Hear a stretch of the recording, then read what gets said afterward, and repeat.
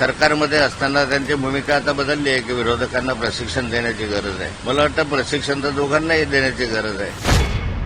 विरोधकांचं म्हणणं ऐकून तरी घ्या, ऐकूनच घ्यायचं नाही असं जर सरकारने ठरवलं असेल तर मग सरकारही तेवढा जबाबदार आहे.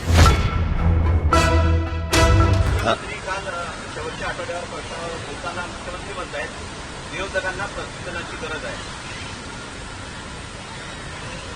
मुख्यमंत्री अनेक वर्ष विरोधी पक्षामध्ये काम करत होते आणि त्यांना विरोधी पक्षाचाही अनुभव अलीकडच्या कालखंडामध्ये ते सरकारमध्ये आलेले आहेत. सरकारमध्ये असताना त्यांची भूमिका आता बदलली आहे की विरोधकांना प्रशिक्षण देण्याची गरज आहे. मला वाटतं प्रशिक्षण तर दोघांनाही देण्याची गरज आहे.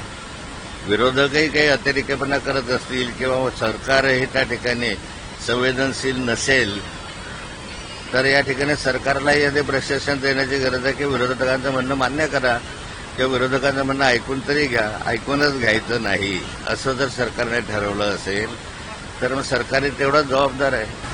संसदाचा शेवटचा दिवस आहे आणि विरोधी पक्षनेते अजूनही सभागृहाला मिळालेले नाही. तसं पाहता तुम्हाला मोठा अनुभव आहे आणि सभागृहाला विरोधी पक्षनेते नाही त्याची गंभीर बाब आहे. लोकशाहीमध्ये सभागृहामध्ये विरोधी पक्षाचं एक अनन्यसाधारण महत्व आहे.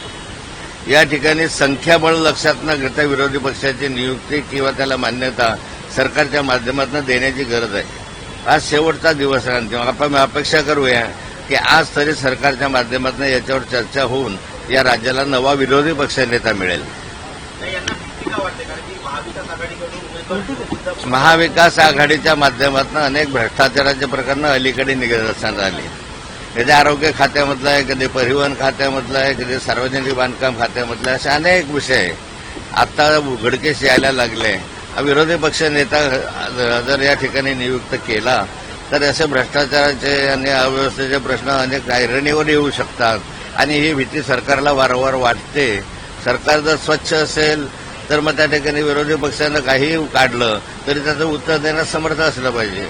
पण सरकार विरोधी पक्षनेता होऊ नये याच्यासाठी ज्या अर्थी प्रयत्न करत आहे त्या अर्थी सरकारला आपले सारे प्रकरणं उघडकीस येऊ नये याची भीती आहे. सुरुवातीपासून आपण बघतोय अधिवेशनामध्ये शंभरपासून सुरुवात झालेला अधिवेशन कामराचं आलंय.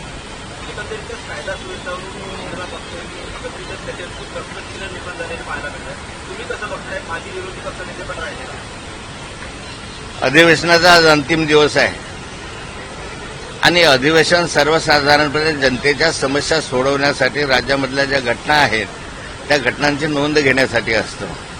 सर्वसाधारणपणे अर्थसंकल्प अधिवेशनामध्ये अर्थसंकल्पावर चर्चा व्हावी, राज्याच्या आर्थिक दृष्टी याच्यावर चर्चा व्हावी, योजनांवर चर्चा व्हावी अशी अपेक्षा आहे. परंतु दुर्दैवाने हे अधिवेशन पहिल्यांदा मी असं अनुभवतो गेल्या अनेक वर्षामध्ये की अधिवेशनामध्ये वेगळ्याच प्रश्नांवर चर्चा झाल्याने सर्व महत्वाचे प्रश्न बाजूला सरले.